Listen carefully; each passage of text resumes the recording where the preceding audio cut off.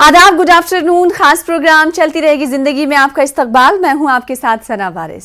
नाज़रीन, भागती दौड़ती जिंदगी में अगर आप कामयाब होना चाहते हैं और अगर आपके दिल में खिदमत खल्क का, आपके जहन में जज्बा है कि आप लोगों के लिए कुछ करें, तो आपके लिए यूपीएससी जैसा एग्ज़ाम मौजूद है। हिंदुस्तान में ऐसी बातें आपने चार जानिब से सुनी होंगी। यूपीएससी जैसा कि नाम से ही आपको बड़ी आसानी से आप इस नाम को अपनी ज़बान से ले सकते हैं, लेकिन ये एग्ज़ाम उतना आसान नहीं है।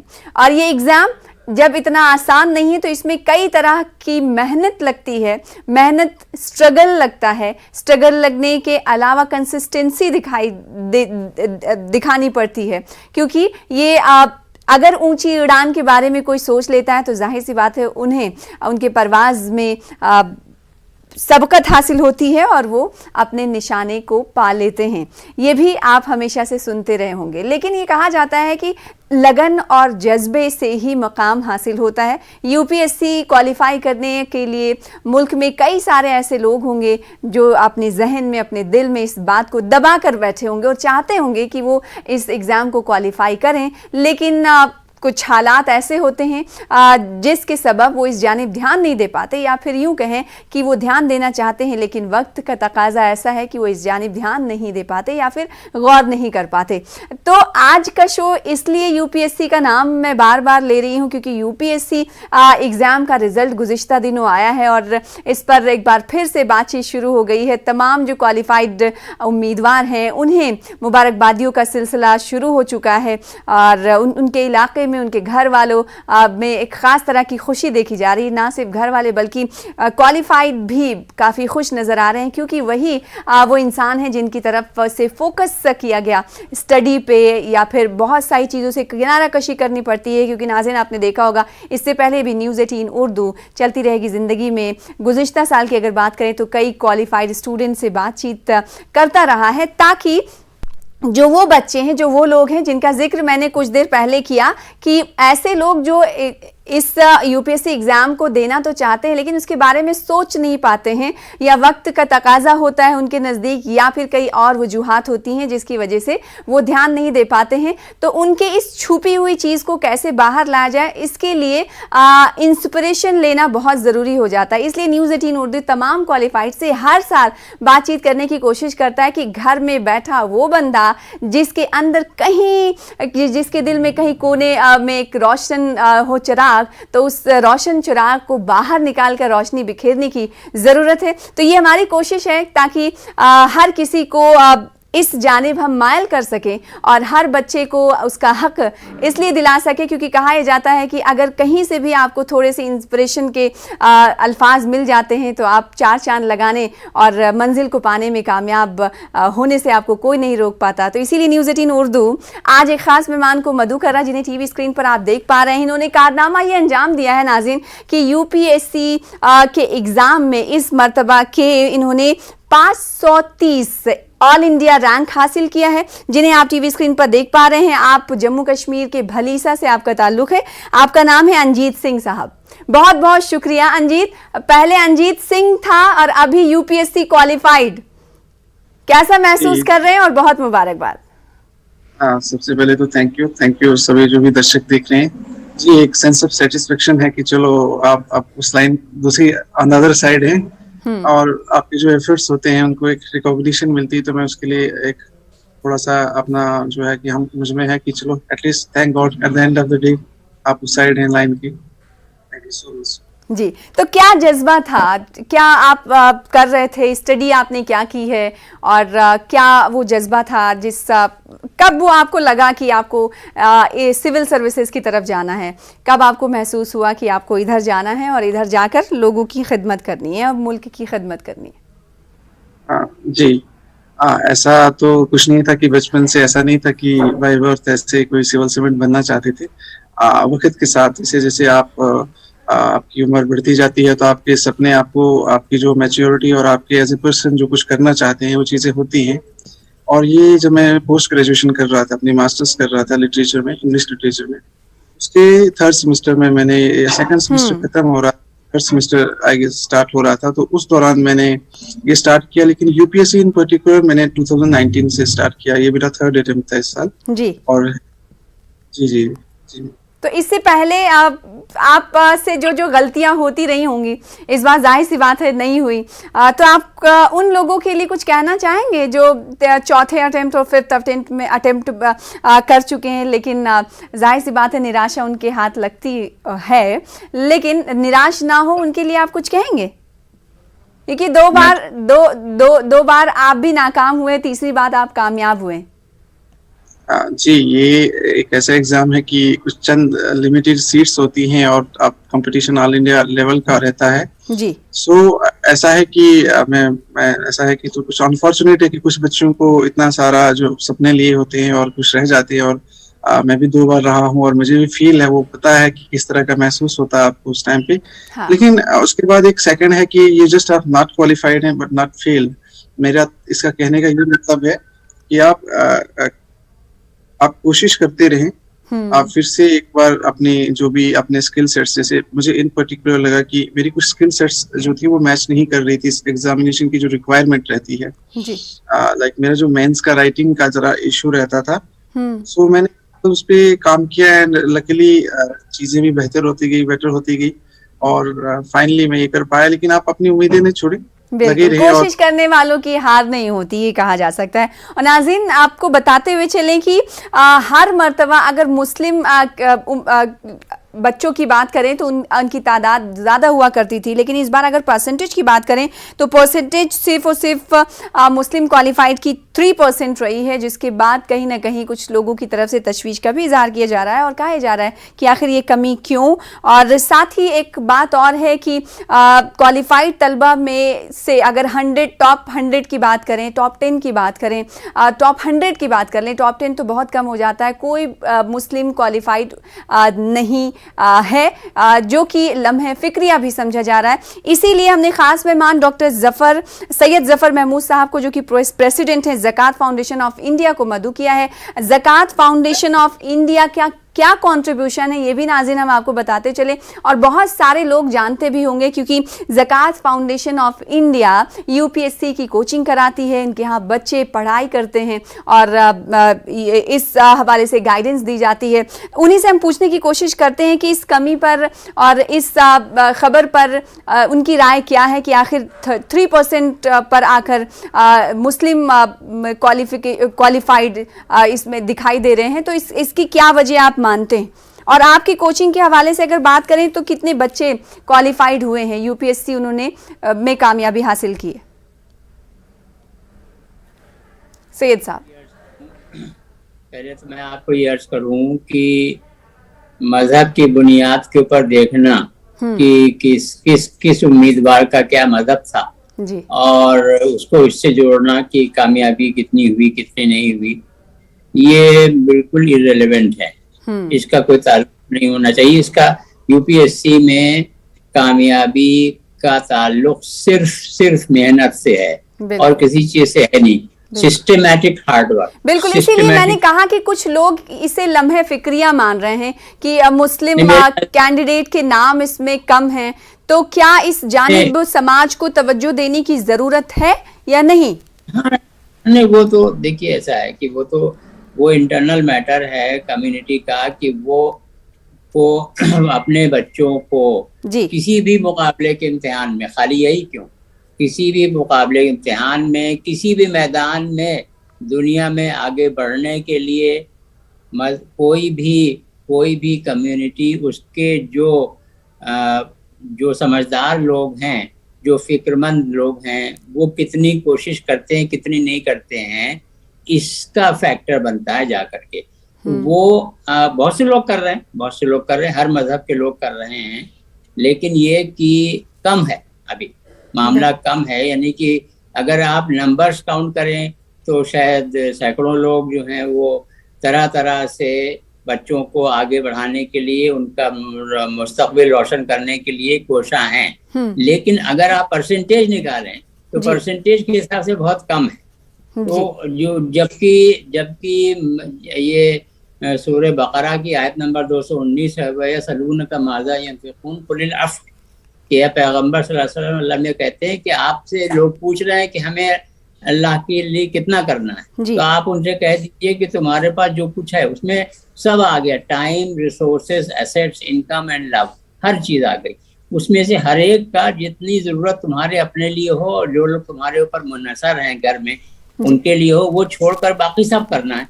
तो ये बहुत बड़ा एक मैंडेट है, क्योंकि इस मैंडेट को ज्यादातर लोग नहीं मानते, न जानते हैं, न मानते हैं। इसकी वजह से दिक्कत है। खाली एक मैदान में नहीं है। जस्टिस सच्चर कमेटी की रिपोर्ट ने बताया था 2006 में कि सोशल, इकोनॉमिक और एजुकेशनल, यानी तालीमी और इक्तिसादी और समाजी, तीनों मैदानों में तमाम पैरामीटर्स में जो है वो मिल्लत पीछे है बाकी सब के मुकाबले में। तो उसकी सबसे बड़ी वजह जो है, सबसे बड़ी वजह वो ये है कि मिल्लत खुद जो है जितना उसको इन्वेस्टमेंट करना चाहिए, जितनी उसको इनपुट करनी चाहिए, समझदार लोगों को, जो लोग काबिल हैं, जिनके हाथ पैर काम कर रहे हैं, दिमाग काम कर रहा है, जो तजर्बेकार हैं, उनमें से ज्यादातर लोग जो हैं वो अपने या अपने खानदान के ऊपर अपना सारा वक्त लगा देते हैं, जबकि जो मैसेज है, पैगाम है, वो रूहानी पैगाम वो बिल्कुल दूसरा है कि जो लोग जरूरतमंद हैं उनके लिए अपना वक्त लगाइए, अपने रिसोर्सेज, अपने वसाइल का इस्तेमाल कीजिए। चूंकि वो काम नहीं हो रहा है, इस वजह से तमाम मैदानों में मामला पीछे चल रहा है। खाली तो ये क्या, नहीं, तो क्या उलमा, अकाबरीन, दानिश्वरों की ही जिम्मेदारी है, समाजी जिम्मेदारी नहीं है कि वो आसपास देखें? क्योंकि बहुत सारे लोग ऐसे होते हैं, सैयद जफर साहब, हमने देखा कि अपने इलाके में ही आसपास अगर देखें तो पता चलता है कि ये बच्चा टैलेंटेड है, पढ़ने में ज़हीन है, लेकिन वसाइल उसके पास नहीं है। तो ये समाजी जिम्मेदारी भी तो है। मैंने तो किसी का नाम ही नहीं लिया, ये तो आपने नाम लिए हैं उलमा, अकाबरीन वगैरह के। मैं तो आपको ये अर्ज कर रहा हूँ कि जितने लोग ऐसे हैं जिनका मैं बेसिक पैरामीटर्स अर्ज कर रहा हूँ कि जिनके हाथ पैर काम कर रहे हैं, जिनका दिमाग काम कर रहा है, जिनको तजुर्बा है और जो कॉम्पिटेंट हैं, और ऐसे लोगों की हर फील्ड में कोई कमी नहीं है। लेकिन ये कि जो कमी है वो ये है कि मिल्लत से मोहब्बत की कमी है, और उसके लिए प्रोएक्टिव हो करके कोशिश करना, आगे बढ़ करके कोशिश करना। यानी कि टैलेंटेड लोग तो लोगों की भी कमी नहीं है, तो टैलेंटेड बच्चों को ढूंढना, उन तक पहुंचना और उनका सहारा बनना, उनको मोटिवेट करना और उनकी कोचिंग का इंतजाम करना, ये चूंकि कम हो रहा है। क्योंकि अंजीत सिंह साहब हमारे साथ मौजूद हैं। अंजीत ने AR ऑल इंडिया रैंक 530 यानी 530 हासिल की है, UPSC क्वालिफाइड है। तो हम उन्हीं से समझने की कोशिश करते हैं, क्योंकि जब तैयारी बच्चा कर रहा होता है तो बहुत सारे लोग ऐसे बैकग्राउंड से होते हैं जो बड़ी मुश्किलों से यहाँ पर पहुँचते हैं। तो कोई ऐसा वाकया अंजीत आप शेयर करना चाहें जो मुश्किलों में सहारा भी बने हों, और लगा हो कि बहुत मुश्किल कठिन होती है डगर पनघट की, लेकिन अगर कोई एक तिनके का भी सहारा मिल जाता है तो UPSC क्रैक करना उनके लिए ज्यादा बड़ी बात नहीं होती है? हाँ जी जी, बिल्कुल एक अच्छी बात की इसमें। और मैं मानता हूँ कि कोई भी काम करे, आप UPSC नहीं, कोई भी फील्ड ले ले, एक स्पोर्ट और जो आपका स्पोर्ट सिस्टम रहता है, चाहे आपकी फैमिली हो, आपके जो भी फ्रेंड्स हैं, वेल विशर्स हैं, ऑब्वियसली वो स्पोर्ट चाहिए, क्योंकि एक एग्जामिनेशन इतना लंबा है जिसमें आपको 1 साल का टाइम लगता है और 1-2 साल की आपकी प्रिपरेशन भी रहती है। तो इस इतने समय में अगर आपके साथ और कई सारी जरूरतें होती है इस एग्जामिनेशन की, क्योंकि कंपटीशन इस लेवल का है कि आपको सबसे बेहतर करना है। इस प्रोसेस में डेफिनेटली मैं मानता हूँ कि बहुत अच्छी सपोर्ट होनी चाहिए, और उसमें आपकी फैमिली का एक बहुत अहम रोल रहता है। उनको अपने को सपोर्ट करना चाहिए, और मैं लकी हूँ कि मुझे इस तरह का इन्वायरमेंट मिला। तो आपको कब लगा, मैं जानना चाहूंगी कि नाज़रीन को आप बताएं कि आपने क्या किया है, फिर उसके बाद UPSC की प्रिपरेशन की, और आपको कब लगा कि आपको इस तरफ जाना चाहिए और क्यों? मेरी जो बेसिक एजुकेशन है अप टू प्राइमरी लेवल, वो तो मेरे गांव लेवल पे कॉन्वेंट स्कूल में ही हुई, जो मेरा विलेज है, जहाँ पे मैं गांव से आता हूँ, भलीसा। जी, ये भलेसा एक एरिया है, बट इसमें स्मॉल हैमलेट्स या विलेजेस कहेंगे हम, रेवेन्यू विलेजेस नहीं, तो जगह का नाम आप बताएं, न्यूज़ 18 उर्दू हर जगह पहुंचता है। जी जी, मेरे जो गांव है उसको नागनी कहते हैं, कुठियाड़ा नागनी कहते हैं। ये Bhalessa district Doda Jammu and Kashmir में है। जी, वाकई में इस नाम से हम सॉरी, मैं समझा नहीं। वाकिफ है नागनी नाम से, क्योंकि कई सारी स्टोरीज हम कवर करते हैं ना, तो हमें मालूम है। जी जी जी, थैंक यू थैंक यू। उसके बाद की जो मेरी एजुकेशन रही है, वो जो मेरी 6 से 12th की एजुकेशन रही, वो JNV डोडा से रही, जवाहर नवोदय विद्यालय से। एंड जो बाकी जो एजुकेशन डिस्ट्रिक्ट के आसपास ही रही, और मेरी मास्टर्स जो है वो इंग्लिश लिटरेचर में है। मैंने बैचलर ऑफ एजुकेशन भी किया। तो यहाँ तक अभी तक मेरा कोई सिविल सर्विसेज की तरफ ऐसा न था, लेकिन कुछ करना चाहता था जिससे कुछ समाज में मैं बदलाव ला सकूं, कुछ इम्पैक्ट ला सकूं। तो उसी दौरान जब पोस्ट ग्रेजुएशन पे था, तो तब मुझे सिविल सर्विसेज का पता चला, और एक बार पता चला तो फिर हमने भी दामन नहीं छोड़ा और लगे रहे कुछ। तो पोस्ट ग्रेजुएशन करने के बाद आपने शुरू किया, या पोस्ट ग्रेजुएशन कर रहे थे उसी के साथ साथ? जी जी, सेकेंड सेमेस्टर का मेरा एग्जामिनेशन हो रही थी, उसी टाइम ये मुझे ख्याल आया था। लेकिन जो यूपीएससी का मेरा सफर है, वो मेरा 2019 का है। पोस्ट ग्रेजुएशन के एक डेढ़ साल बाद मैंने स्टार्टिंग में मैं स्टेट पीएससी का एग्जामिनेशन एक दिया था, जिसमें मैं नहीं हो पाया था। लेकिन यूपीएससी का मेरा 2019 एंड 20 और इस साल 21 में मैं फाइनली हो पाया जी। तो कंसिस्टेंसी की कितनी जरूरत होती है किसी भी एग्जाम के लिए?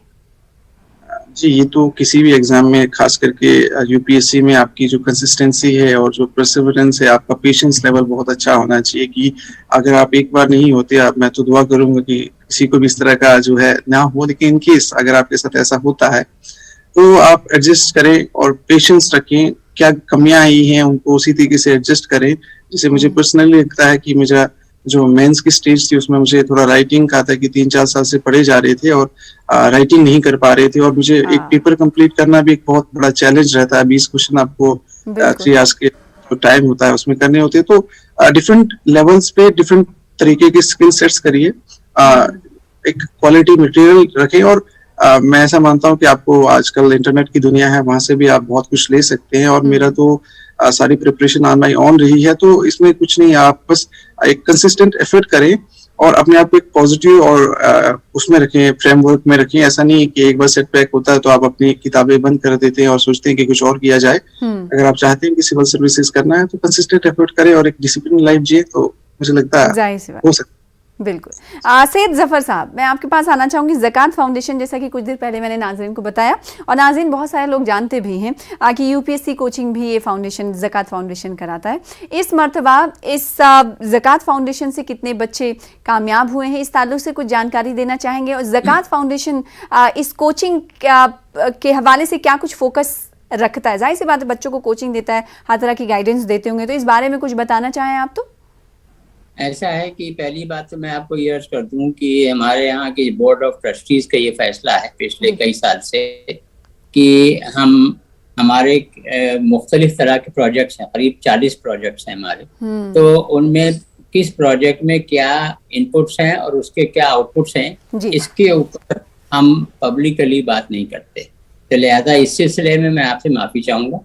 बाकी ये है कि बच्चों तक बात पहुंचाना, बच्चों को आइडेंटिफाई करना, और बच्चों को आइडेंटिफाई करके उनके टैलेंट को नर्चर करना, उन्हें कोचिंग इंस्टीट्यूट तक पहुंचा देना, उसमें से फीस कि अगर बच्चे नहीं दे पा रहे हैं तो उनकी फीस जमा कर देना, उनके रहने का इंतजाम करना, वगैरह वगैरह। तो आप लोग नंबर्स भी नहीं बताते हैं कि आपने इन बच्चों की? नहीं, कुछ नहीं, हम कुछ भी नहीं बताते। क्या बात है। हमारे का फैसला है, and I am bound by the decision of the board of trustees.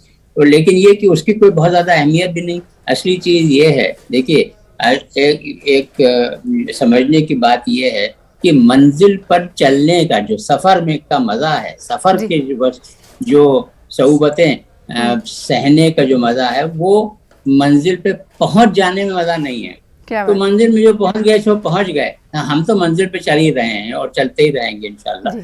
तो ये एक्चुअली यही मैं आपको अभी थोड़ी देर पहले अर्ज कर रहा था कि कुछ लोग ऐसे जरूर होने चाहिए जो ये कहें कि भाई हम कोशिश अपनी तरफ से करके और जो जरूरतमंद लोग हैं उनकी मदद तरह तरह से तो आप ये ज़कात फाउंडेशन उन जरूरतमंद तक कैसे पहुंचता है? कि आप तक ये लोग पहुंचते हैं या फिर आपके वॉलंटियर्स हैं? कैसे पहुंचते हैं, कैसे आइडेंटिफाई करते हैं आप? मैं आपको बता रहा हूं, हमारे यहाँ इस बारे में तो कुछ बता सकते हैं?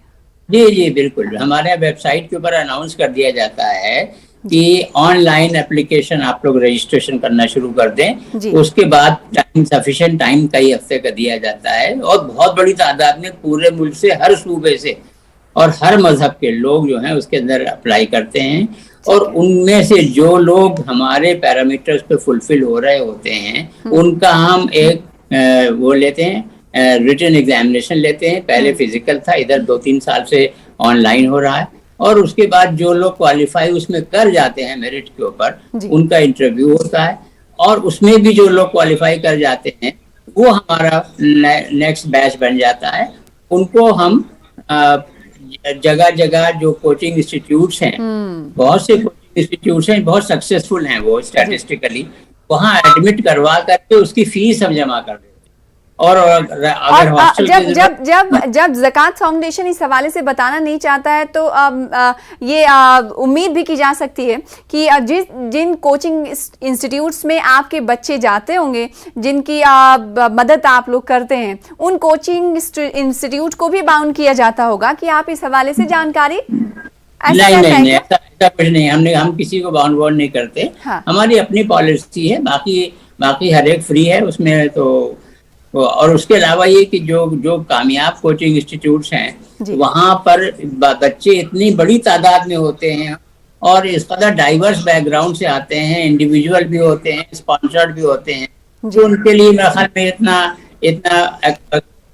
रिकॉर्ड करना जो है बहुत आसान नहीं होता। लेकिन हमारी तरफ से कोई बाइंडिंग नहीं है, हमारी अपनी है। ठीक है, तो इस बार कुछ बता पाएंगे कि आप जिन बच्चों की मदद कर रहे थे उनमें से कुछ बच्चे कामयाब हुए? जी, बस सजदे शुक्र का मुकाम है, और अल्हम्दुलिल्लाह जो Newton's third law of motion है, for every action there is equal reaction, तो वो तो खुदा का बनाया हुआ कानून है, वो तो अपना काम करता रहता है। जी, अंजीत सिंह जो कि यूपीएससी क्वालिफाइड है, मैं चाहूंगी कि उनका रुख करूं। अंजीत, ये बताइएगा कि जज्बा, मैं आपसे पूछना चाह रही थी कि क्या वो जज्बा क्लिक किया, कब आपके माइंड में आया कि आपको इधर जाना है? आपने कहा पोस्ट ग्रेजुएशन में आपको पता चला, फिर आपको जब पता चला होगा तो आपको लगा होगा कि आप इस तरफ क्यों जाना चाहते हैं, तो वो क्यों जाना चाहते का जवाब क्या है? और आप अभी जब आप क्वालिफाई कर चुके हैं तो आप क्या जज्बा रखते हैं मुल्क और कौम को लेकर, हिंदुस्तानियों को लेकर, शहरियों को लेकर? जी, जज्बा तो ऑब्वियसली इस सर्विस की जो डाइवर्सिटी है और मैं जिस इलाके से आता हूँ, ये काफी दूर दराज का इलाका है। बिल्कुल। तो यहाँ पे आप एडमिनिस्ट्रेशन बहुत ही चैलेंजिंग टाइम में बहुत अच्छा काम कर रहा है, लेकिन जहाँ मुझे लगता है कि कुछ और बेहतर या जो अच्छा हो रहा है उस अच्छाई का पार्ट बनना मेरा एक जज्बा बन गया कि मैं भी ये काम करूंगा। और अभी ये सफर का जस्ट एक मुझे रास्ता तय करना बाकी है, ये जो जस्ट आपकी एंट्री हुई है, तो सफर में मैं कोशिश करूंगा कि मैं किसी भी कैपेसिटी में, चाहे वो स्टूडेंट्स चाहे मेरे को देखकर कोई किताब उठा ले और वो भी सिविल सर्वेंट बनना चाहे, मेरे लिए उससे बड़ी खुशी की कोई बात नहीं होगी। बाकी किसी भी कैपेसिटी में जिस तरह की सर्विस होगी, मैं कोशिश करूंगा कि मैं अपने देश को और अपने ओवरऑल जो भी हमारा ओवरऑल इंडियंस हैं, मैं सर्व करूंगा और मैं कोशिश करूंगा कि मेरा जो बेस्ट है वो दे पाऊं। जम्मू कश्मीर के एक छोटे से इलाके नागनी से आते हैं, जाहिर सी बात है शायद हो सकता है कि यूपीएससी क्वालिफाई करने वाले आप पहले कैंडिडेट हों, तो इलाके में कैसी खुशी देखी जा रही है, जरा बताएंगे आप? लोग तो आ रहे होंगे आपसे मिलने के लिए, पहले लोगों का रिएक्शन क्या था, अभी यूपीएससी क्वालिफाई करने के बाद लोगों का रिएक्शन क्या है, इस बारे में बताएं जरा। जी, अभी तो मैं अपने घर से थोड़ा दूर हूँ। मैं यहाँ पे मैंने अपनी मैं एक रेंटेड अपार्टमेंट में रहता था, तो यहाँ मैं अपनी प्रिपरेशन एग्जाम वगैरह देता था। अभी मैं घर मंडे को जाऊंगा और लोगों ने अपना प्यार, मैं तो ऐसा लग रहा है मुझे, क्योंकि एज एन इंडिविजुअल ऑब्वियसली आपको सेटिस्फेक्शन होती है, लेकिन वो एक नैरो गोल होता है। जब आपके साथ लोग जुड़ते हैं तो तब आपको फील होता है कि ऐसा लग रहा है कि पूरे आपकी वजह से एक खुशी का माहौल है, लोग कह रहे हैं कि आप कब घर आएंगे, और एक जी उनके लिए मैं बहुत ही इस बात फॉर्चुनेट हूँ कि उन लोगों के लिए भी ये खुशी दे पाया, और लोग इसमें काफी खुश हैं। हमारा पूरा जितना भी जो चिनाब वैली रीजन है या डिस्ट्रिक्ट टोडा है या बलेस है, सभी खुश है और मुझे खुशी है इस बात। जी, सब्जेक्ट क्या रखा था आपने? क्योंकि आपने कहा कि लिटरेचर ही था, तो बहुत हद तक लिटरेचर ही रहा होगा आपका सब्जेक्ट। जी, लिटरेचर प्यारा सब्जेक्ट है, बट मैं क्योंकि सेकंड सेमेस्टर में ही था, तो इस टाइम ये डिसीजन लेना बहुत टफ था कि आगे जाके मैं इसमें कितना अच्छा कर पाऊँ। इसलिए मैंने सब्जेक्ट अपना जो था वो political science and international relations को चूज किया था, क्योंकि इसमें मेरे इस ब्रदर जो बदलने है में फिर तो परेशानी हुई होगी ना, क्योंकि आप अगर सब्जेक्ट ये चूज करते हैं, मतलब आपका लिटरेचर है और आप इस तरफ जाते हैं, तो जाहिर सी बात है आपको शुरू से पूरी मेहनत करनी पड़ती है। तो वो भी पोस्ट ग्रेजुएशन में आपने ये फैसला लिया, ऐसा क्यों? मैं इसमें ठीक है, एक बात ऐसी भी है, लेकिन इसको इस तरीके से भी देखता हूँ कि आपको हाँ। कुछ नया सीखने को भी मिलता है।